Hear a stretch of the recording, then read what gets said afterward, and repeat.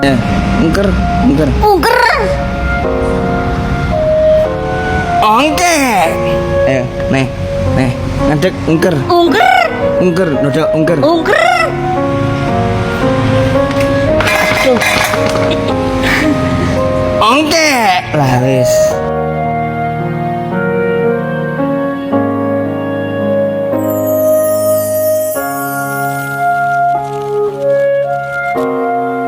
Tahun 1474 itu sudah goyah kerajaannya, mau diserbu oleh Gerinda Wardana dari Kediri. Sebelum diserbu sudah tahu kabarnya, akhirnya pada bubar, lari khususnya Mbah Wali Joko Suwiryo ini, Raden Joko Suwiryo lari ke Tuban. Ke Tuban ketemu sama wali namanya Asmoro Kodi. Di sana sekitar 3-4 tahun. 4 tahun terus disarankan, kamu jangan lama-lama di Tuban karena kamu punya kakak di Demak.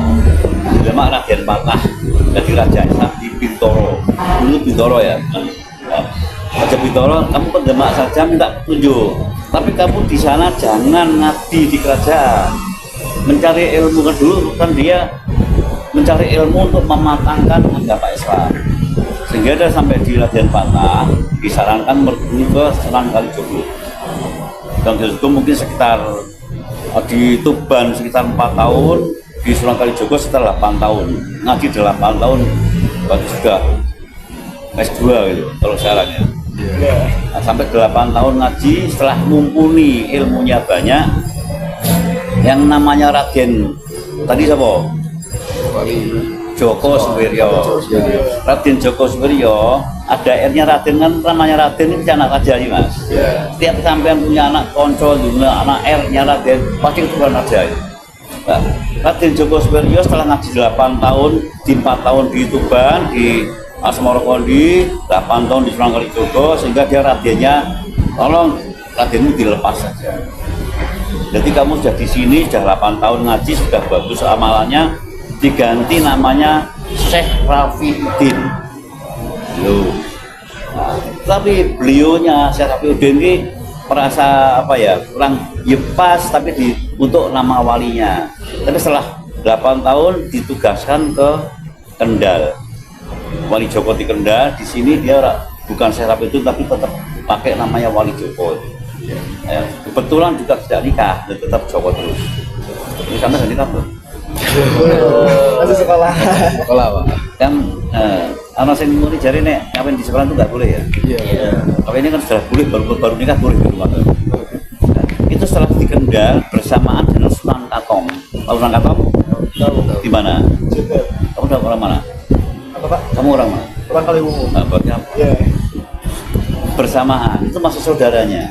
Dia pas ngaji tempatnya Sunan Kalijogo, Sunan Katong sudah ngaji di situ duluan. Oh, ketemu kakaknya di situ, ngaji sekalian, tugaskan. Sunan Katong di Kaliwungu bertemu siapa? Pakuwojo. Ya. Orang Pakuwojo itu pokoknya Kaliwungu, dia mengaku aku kalah masuk Islam. Ternyata apa bahasanya, bahasa Jawanya sambil atau mati bersama. Aku sudah janji mereka, berarti dia mau mati duluan termasuk kalah. Nah, seharusnya matinya sama Islam, walaupun belum mengucapkan syahadat. Zaman dulu kalau sudah syahadat niat masuk Islam nggak bisa berarti. Sudah. Sampai Pojo ini musuhnya Sunan Katong meninggal di Kaliwungu. Karena dakwahnya sekat Kaliwungu. Sudah. Mbah Wali Joko dakwah di Kendal. Sini kamu hitung aja toh. Lahir tahun 1463. Di Tuban 4 tahun. Di Mbah Wali Sunan Kalijogo 8 tahun. Berapa? Umur 11 setelah di Tuban tambah 4, 15 tambah Mbah Sunan Kalijogo 8 tahun. Berarti berapa? Yo, 11 tambah 4, 15 tambah 8 lagi 23 tugaskan ke sini. Terus kira-kira tahun berapa itu? Tahun 74 tambah 4 tahun 76 tambah 8 tahun 82. 82 datang di tahun 482. Lahirnya kan 1463 lahir. Di sini dakwah ngaji. Muridnya banyak dari sampai Limpung, Gringsing sekitarnya. Di bawah rumahnya yaitu rumahnya. Setelah tahun 1493 berapa tahun sendiri 86 sampai 93 baru mendirikan masjid ini. Masjid Agung ukurannya 27 kali 27 yang dibantu oleh para wali. Wali itu ada khususnya wali yang biasa ahli bikin masjid adalah 4 wali. Sunan Ampel, Sunan Kalijogo, Sunan Gunung Jati, Sunan Bona. Itu dalam tiangnya ada 4 wali mas. Dalam dibungkus ada tulisannya. Soko Guru Sunan Kalijogo, kamu nanti bisa masuk ke sana lihat-lihat. Di foto sekali ada buku biar komplit. Ada 4. Nah, tiangnya semua ada 16. Yang 4 wali tadi itu Sunan Ampel, Sunan Kalijogo, Sunan Bulang dan Sunan Jati, yang selain santrinya. Itulah kunci, nggak boleh dibuka. Kalau mau buka kemarin tanggal 17 Safar baru dibuka untuk jamasan. Kalau seperti ini kunci kan nggak begitu keramat. Jadi zaman dulu belum diukir sejarahnya mas.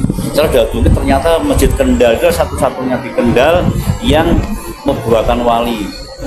Yang satunya kan pertama adalah Demak, terus Kadilangu itu Demak, nomor 3 di Kendal, nomor 4-nya di Johor. Dulu kerajaan Majapahit di sana Johor, di Malaysia. Yang lain ada Pegadun, itu wali bukan wali yang wali 9. Nah, wali 9 itu adalah yang tokoh bikin masjidnya 4. Jadi kayunya dari mana-mana. Jika kayunya utuh bagus masih kayu persegi, sekarang dilapisi dengan tiang yang bagus. Jadi Mbah Wali Joko bikin masjid tahun 1463, didirikan sama dibantu dengan 4 wali. Wali 9 itu berdiri 27 kali 27 lah, sampai nanti bisa masuk ke dalam. Lihat masjid direnovasi berapa kali, ada di tahun sekian, tingginya sekian, ya. Yang terakhir sekarang sudah 4 kali. Ini yang belum selesai sekarang ini. Gitu ya. Sementara ini dulu ada yang bertanyakan. Sini saya punya pertanyaan. Ya. Kapan Wali Joko mulai dikenal di masyarakat Kendal? Kalau dikenal di masyarakat ya sejak datang ke sini. Berarti pada tahun berapa itu? Ya, tadi kan harusnya Pak. 16. Karena berarti kalau salah fasih Bang.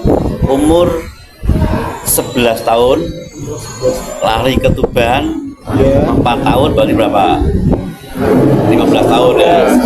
Ngaji di Sunan Kalijogo 8 tahun, 23 ditugaskan ke Kendal. Tahun berapa itu? 1463 sama 23 1486 86 ya. 1486 di Kendal ngajar ngaji itu mulai terkenal. 1486. 1486. Nah, terus 7 tahun kemudian 1493 baru mendirikan masjid. Nah, setelah bangun masjid kan kenapa kok bangun masjid? Rumahnya dulu kan di situ nggak cukup untuk tempat sholat. Akhirnya bangun masjid. Jadi 1493, 1486, 1497 tahun 1493. Jadi karena santrinya banyak, dengan masjid yang tadi 27 kali 27 ukurannya. Nah, setelah bangun masjid mas, untuk tempat wudhu sumurnya belum sempurna dan ada sawahnya di sini Agung 50 hektar, 52 hektar sawahnya. Otomatis sawah itu untuk fasilitasi kesejahteraan masjid dan pengurusnya. Nah, dari mana airnya? Kan hujan nggak mungkin kan? Cukup. Akhirnya bangun kali ini hanya dengan tongkat saja. Dari Magangan sana tarik sama tongkat, terus lepas tanahnya terbuka jadi kali sampai di Ngilir. Di Ngilir subuh selesai, Bandengan ke sana belum selesai. Akhirnya dibikin masyarakat atau katakan sekarang PU ya, dari Ngilir sampai Bandengan. Yang dari Magangan sampai Ngilir dengannya dengan tongkat Mbah Wali Joko yang bikin sendiri. Jadi tadi pertanyaannya dikenal sejak tahun di sini tahun 1486 ngajar ngaji langsung terkenal. Apalagi Dikat dulu dari sini. Iya. Jangan lama-lama, saya ada kepentingan ini. Iya, aku sini terakhir. Apa pesan Wali Joko dalam penyebaran agama Islam di Kendal? Apa pesan Wali Joko dalam penyebaran agama Islam di Kendal? Oh, kalau pesan otomatis mas, kalau sudah namanya mengajarkan agama Islam, dia suruh melaksanakan dan suruh mendakwakan sekalian. Dulu muridnya banyak ya mas, yang meninggal di sini juga. Dia salah ngaji karena ilmunya tua, termasuk mengamalkan pengaji kitab Ihya Ulumuddin itu kitab tua mas. kitab Uludin sama Al-Hikam itu sudah termasuk kitab tasawuf. Jadi orangnya saking yang sudah tua sampai tidak banyak yang tidak bikin rumah di kampung-kampung, bahkan ikut Mbah Wali Joko sampai meninggal itu makamnya banyak, maksudnya tidak dimunculkan. Jadi pesannya ya setelah Mbah Wali Joko sudah tidak ada, suruh melaksanakan dakwah berikutnya dan ngajar ngaji sesuai kitab yang dipegang oleh Mbah Wali Joko. Baik. Mungkin boleh minta foto. Foto apa? Iya. Aku bukti toh. Iya. Iya, betul. Silakan kalau setelah ini mau masuk silakan.